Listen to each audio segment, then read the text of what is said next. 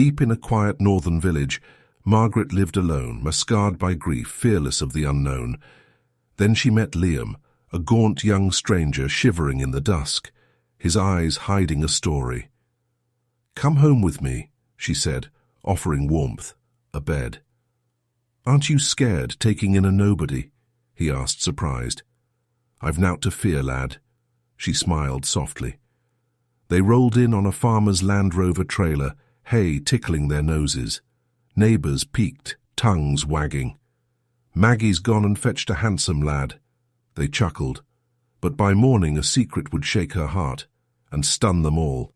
Mark Yessen here, ready to take you through a rather extraordinary tale. Off we go. Margaret clutched a faded photo album, its pages worn from years of gentle handling. Each snapshot captured her late daughter, Emily, in moments that felt both vivid and cruelly distant.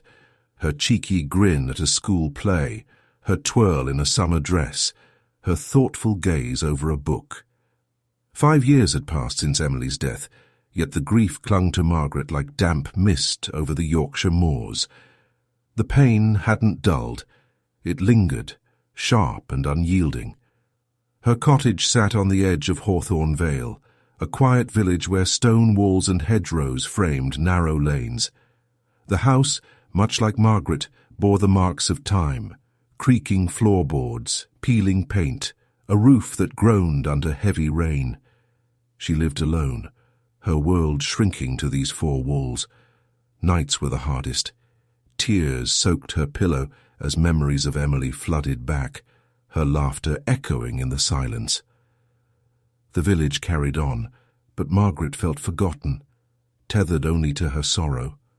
After losing her husband Tom, there was no one left to share her days. They'd had no other children, and her siblings were scattered across Manchester, too far for regular visits. Years ago, she and Tom had left the city for Hawthorn Vale, chasing a simpler life. Emily had been their pride, a bright spark who turned heads wherever she went. With her auburn hair and quick wit, she drew admiring glances from local lads at the village fete. But Emily's heart wasn't set on romance. She had bigger dreams. She longed to study journalism at a university in London, to chase stories that mattered. Margaret beamed with pride at her ambition, encouraging her to reach beyond the confines of their small village. "You're meant for more than this place, lass," she'd say, tucking a strand of hair behind Emily's ear. When Emily finished school, her dreams took flight.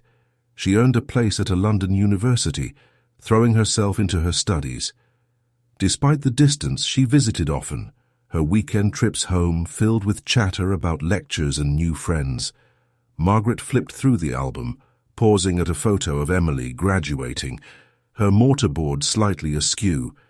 That day they'd celebrated with fish and chips in Whitby, Emily's laughter mingling with the gulls' cries. But then came James, her fiancé, a kind-eyed young man who'd won Margaret's approval over tea and biscuits. They'd planned a spring wedding, saving every penny. Margaret chipped in what she could from her modest savings, dreaming of the day she'd see Emily walk down the aisle. But fate had other plans. One autumn evening, Emily stepped off the bus from a weekend visit, crossing the road by the village green. A car tore through, striking her down. The driver didn't stop, leaving her broken on the tarmac. Villagers rushed to help, calling an ambulance, but it was too late. Emily was gone. Margaret kept her scarf, its faint scent of lavender the only fragile link to her daughter. Margaret's world had crumbled that autumn evening when Emily was taken from her. The village green, once a place of summer fetes and laughter, now held only the memory of screeching tires and flashing blue lights. The driver who'd struck Emily had sped off into the night, leaving chaos in his wake. Neighbours had crowded around, phones pressed to ears, voices trembling as they called for help. The ambulance arrived too late. Emily was pronounced dead at the scene, her dreams snuffed out on that quiet Yorkshire lane. The police tracked down the driver within days, a man from Leeds with a string of offences. He faced court at Leeds Crown Court, his sentence handed down with cold efficiency, 7 years for causing death by dangerous driving. But no verdict could mend Margaret's heart. Justice felt hollow when it couldn't bring Emily back. "Why's he still breathing, with nought to stop him one day while my girl's gone?" she'd whisper to the empty cottage, her voice breaking. The question haunted her, a wound that refused to heal. Each morning, Margaret woke to the same ache, her days bleeding into one another. The photo album became her lifeline, its pages a tether to a past she couldn't let go. Emily's smile, frozen in time, was all she had left. No laughter, no future, just memories that cut as much as they comforted. Hawthorn Vale carried on. Children played by the beck. The black swan buzzed with chatter, but Margaret drifted through it like a ghost. Even the annual harvest festival, with its bright stalls and folk music, couldn't lift her spirits. 5 years on, the anniversary of Emily's death crept up, heavy and unyielding. It was a day Margaret both dreaded and cherished, a ritual of grief. She'd make the hour-long bus journey to St. Mary's churchyard in York, where Emily was laid to rest. The ride was never long enough to prepare her, yet too long with thoughts of what might have been. Stepping off the bus, she'd clutch a bouquet of daisies, Emily's favourite, bought from the village shop. The cemetery gates loomed, their iron creak a familiar sound. At Emily's grave, Margaret knelt on the damp grass, brushing leaves from the headstone. "Hello, my love," she murmured, as if Emily could hear. The photo on the stone showed her daughter's warm eyes, that mischievous grin that lit up rooms. Tears came fast, spilling over as she traced the engraved name, Emily Rose Carter, 1998-2020.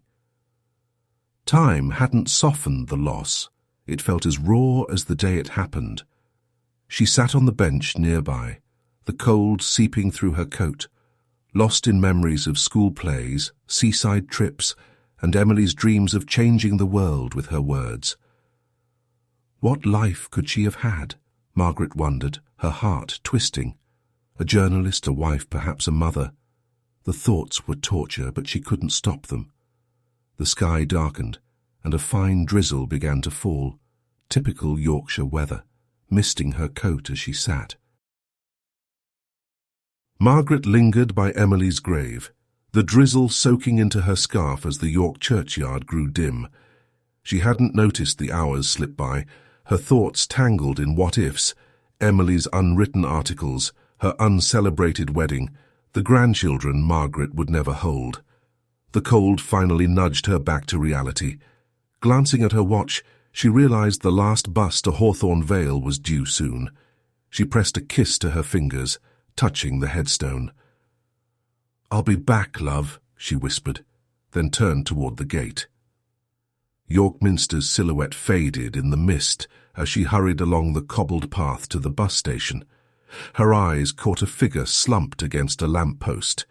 A young man, no older than 30, huddled in a tattered jacket, his coughs rattling through the evening air. His clothes were mismatched, trainers too big, a scarf fraying at the ends. Passers-by gave him wide berths, their glances dismissive, assuming he was just another rough sleeper. Margaret slowed, her heart tugging. She couldn't walk past, not when he looked so frail. "Are you all right, lad?" she asked, crouching beside him. His skin was clammy, his forehead burning under her touch. He squinted up, eyes bleary. "Name's Liam," he rasped between coughs. "Been ill a while. No money for a doctor."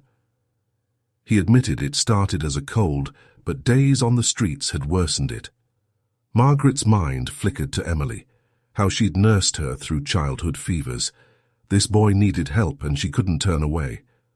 Without hesitation, she headed to the chemist on High Petergate, tapping her debit card quickly. Her pensioner's purse stretched thin but covered paracetamol, cough syrup and Lemsip sachets. On impulse, she ducked into Greg's, grabbing a sausage roll and hot tea. Liam looked half-starved. When she returned, he tore into the food, crumbs dusting his scarf as he mumbled thanks. "Most folk just keep walking," he said, voice thick. "Why'd you stop?" Margaret shrugged, a sad smile flickering.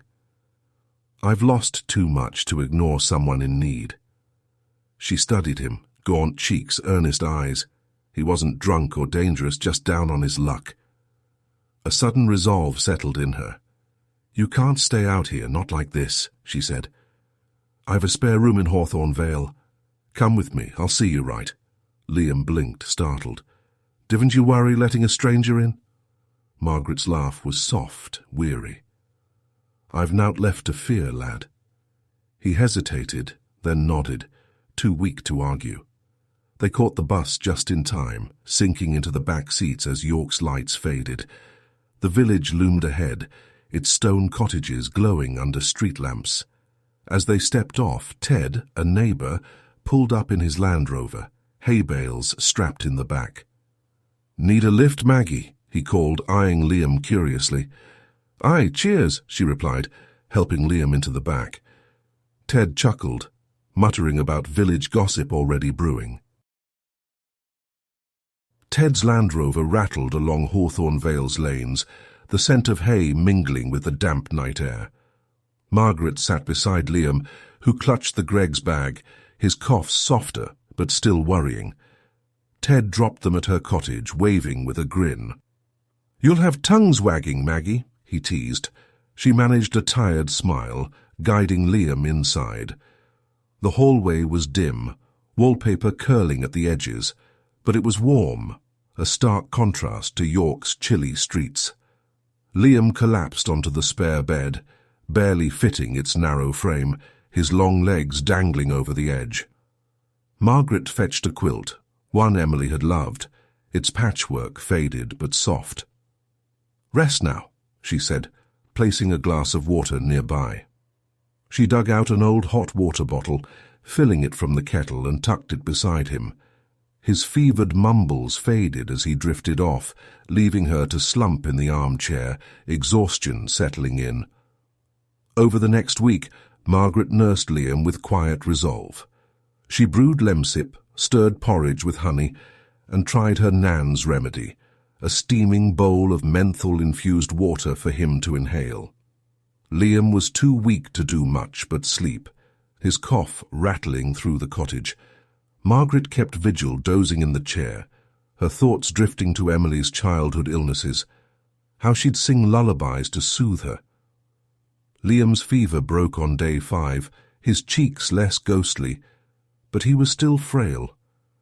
Between doses of medicine, Liam let slip fragments of his life. His words came in fits, muddled by fatigue. "Got done over. No papers," he muttered once, eyes distant. Margaret didn't press, sensing pain behind his vagueness. She focused on practicalities, clean clothes from a charity shop, a spare toothbrush, soup simmering on the Aga, BBC Radio York humming softly in the background. The village noticed her trips to the co-op, her basket heavier than usual. "Who's she feeding?" Mrs. Dawson whispered at the post office. Margaret ignored the gossip, her mind on Liam's recovery. One evening, as he managed a full bowl of stew, Liam opened up. "Grew up in care," he said, voice low. "Never knew my folks. Got in trouble. Young offenders institution till last year." He braced for judgment, but Margaret just nodded, stirring her tea. "We all make mistakes, lad. Nowt's set in stone." She'd seen enough of life to know it wasn't black and white. Liam's honesty, his gratitude for her kindness, told her he wasn't trouble, just someone fate had kicked down. The cottage felt less empty with him there. For the first time in years, Margaret had purpose beyond her grief. She didn't quiz Liam about his past. It wasn't her place. Instead, she taught him to knead bread, chuckling when flour dusted his nose. Neighbours, though, grew nosy. "Who's that lad at yours?" asked Mr. Hargreaves, peering over the hedge. Margaret shrugged. "Just helping someone out." She wasn't fazed by their warnings. Her cottage held nothing worth stealing, and fear had long lost its grip. Liam's strength returned slowly, his cough fading as spring bloomed in Hawthorn Vale. Margaret watched him grow steadier, his lanky frame filling out with proper meals. The cottage, long neglected, began to feel alive again. Liam took to chores with quiet eagerness, fixing things Margaret had let slide. The roof, a sieve during Yorkshire's downpours, was his first project. He climbed up with borrowed tools from Ted, patching slates while Margaret fretted below. "Mind yourself, lad," she called, clutching a mug of tea. By week's end, no more buckets littered the sitting room. The garden came next. Margaret's patch had dwindled since Emily's death, once bursting with veg, now just a few herbs and roses. Liam dug in, turning soil and planting spuds, carrots and runner beans. "Used to help in the care home's garden," he said, wiping sweat from his brow. They sold surplus at the spring fair, pocketing a few quid for seeds and paint. Margaret's pension stretched further with Liam's help, though she'd never admit how tight things had been. The roses, Emily's favourites, bloomed brighter that year, as if thanking him. Villagers noticed the changes. Mrs. Dawson and Joan from the church popped by with a Victoria sponge, fishing for gossip. "He's handy, that Liam," they said, eyeing the mended fence. Others weren't so kind. Mr. Hargreaves muttered about strangers at the Black Swan, warning Margaret to lock her doors. She brushed it off. "He's all right, is our Liam," she told them, firm but calm. Her trust in him grew from his small acts, chopping logs, fixing the squeaky gate, even baking scones one rainy afternoon. "Not bad for a beginner," she teased, dusting flour from his shirt. Liam's cooking became a village talking point, his scones golden and crumbly, won over even dour old Mrs. Pike, who swapped her jam recipe for a batch. Margaret beamed, handing out extras at the church hall. "Our Liam's got a knack," she'd say, pride creeping into her voice. But not everyone was charmed. One morning, P.C. Wilkins knocked, his radio crackling. "Morning, Maggie. Got a call about your guest," he said, glancing at Liam, who was nailing insulation to the porch. Nosy locals had rung the station, fretting about a dodgy bloke in their midst. Margaret invited Wilkins in, pouring tea while Liam explained himself. "No papers, but I'm no thief," he said, voice steady. He gave his full name, Liam Thomas Walsh, and admitted his stint in a young offenders institution. Wilkins jotted it down, asking about dates and places. Then Liam faltered, his hands shaking. "Was blamed for a crash. Hit a lass on a crossing," he said. Margaret froze, her cup clattering. The room spun as Emily's face flashed before her, her body broken on that village green. "You!" she gasped, voice cracking. "You took my Emily!" Her hand gripped the table, knuckles white. Wilkins caught her as she swayed, shock stealing her breath. Liam's eyes widened, horror dawning. "No, I swear," he stammered, but Margaret's world was already collapsing. Margaret's knees buckled, her breath shallow as P.C. Wilkins eased her into a chair. The cottage walls seemed to close in, Emily's absence roaring louder than ever. Liam stood frozen, his face pale, hands raised as if to ward off her accusation. "I didn't... I swear, Maggie," he choked out, but her eyes burned with grief and betrayal. "You said a crash, a lass on a crossing," she whispered, voice splintering. "That was my Emily." She hadn't attended the trial, too broken to face the man she thought had killed her daughter. Now he was here, eating her scones, fixing her roof. Wilkins, caught in the storm, cleared his throat. "Let's hear him out, Maggie. Might clear things up." Liam sank onto the sofa, head in hands.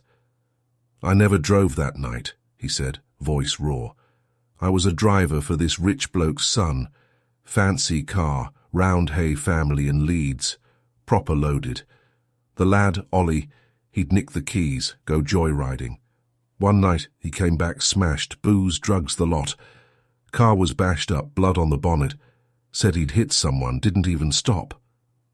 Margaret's heart thudded, her hands trembling in her lap. Liam kept going, eyes fixed on the floor. His dad fixed it, said if I took the blame I'd get 3 years tops and a payout after. New start, he promised.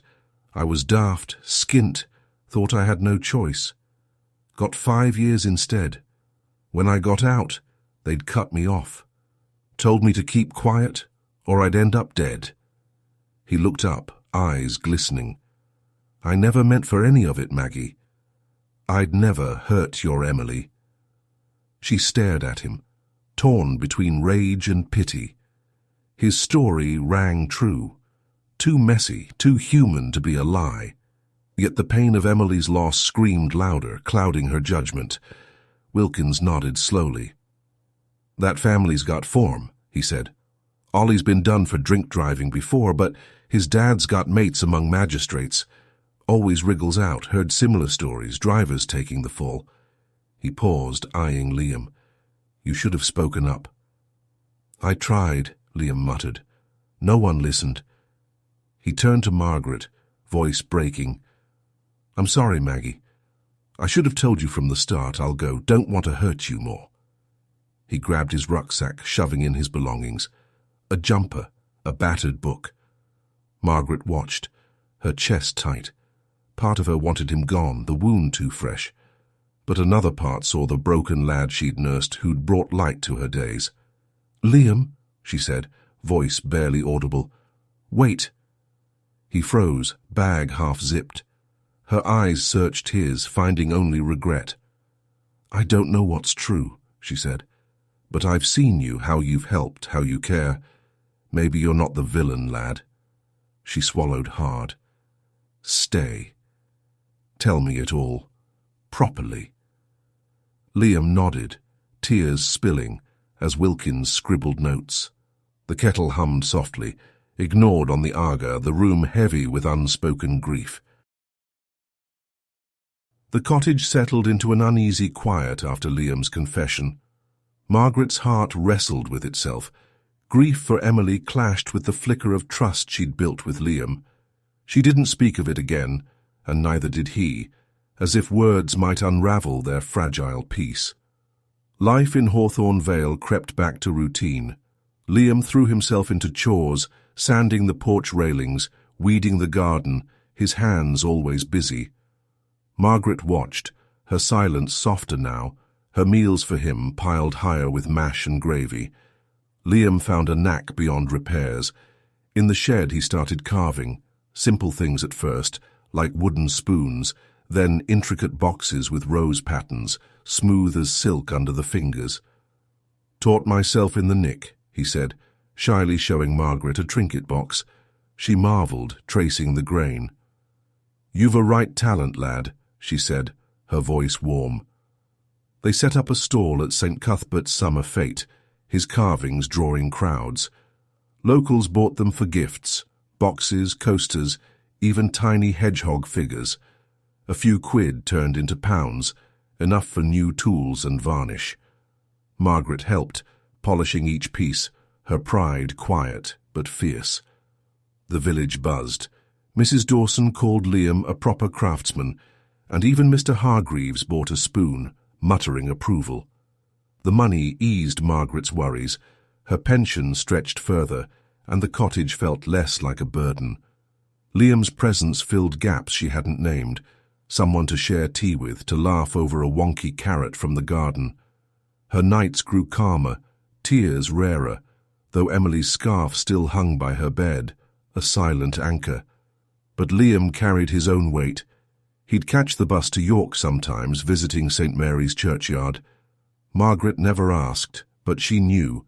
He stood by Emily's grave, head bowed, lips moving silently. I'm sorry, he'd whisper, guilt gnawing despite his innocence. He felt he'd stolen Margaret's care, a place that wasn't his. Back home, He'd carve late into the night, the scent of wood shavings clinging to his hands, as if work could quiet his mind. Months passed and Liam's life steadied. Margaret helped him sort his papers, birth certificate, national insurance number, a council registration to call Hawthorn Vale home. The village forgot its whispers. Liam was just Maggie's lad now, hauling veg to market or joking with Ted at the Black Swan. Girls noticed him. Sarah from Cooper's Bakes lingered at the fete, blushing over his carvings. Margaret saw it, nudging him one evening. "That Sarah's a good sort, Liam. Kind heart bakes a mean flapjack. Time you thought about settling, maybe."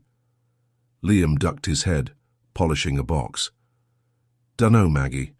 After everything, feels wrong to want more. And you, I can't leave you on your own." She chuckled, patting his arm.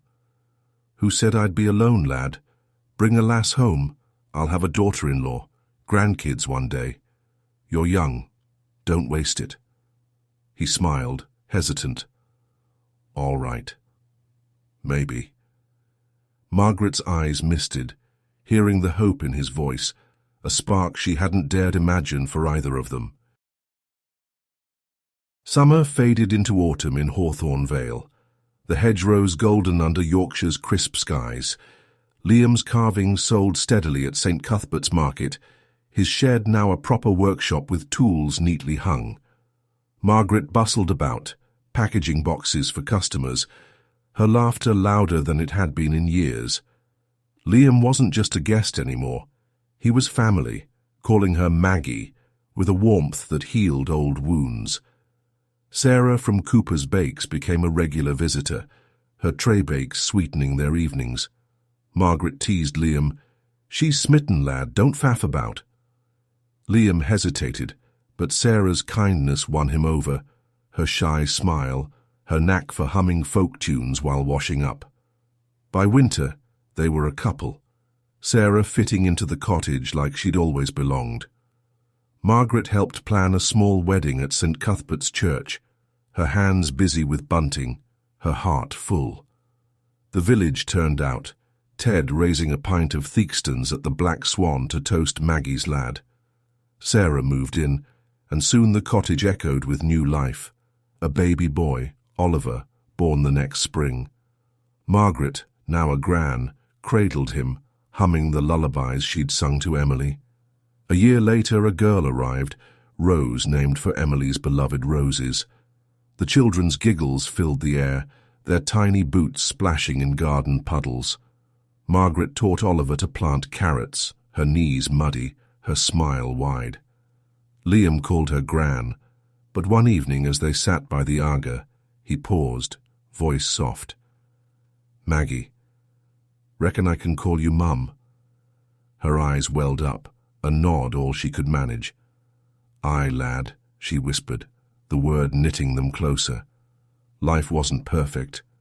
Liam still visited Emily's grave, leaving daisies, his guilt a quiet shadow. But he'd built something real. Work, love, a home. The village embraced him, his past just a footnote now. Margaret found joy in the chaos of toys and nappy changes, her grief for Emily softer, a tender ache rather than a blade. She'd never forget, but she could live again. One morning, Liam rushed in, clutching a crumpled newspaper.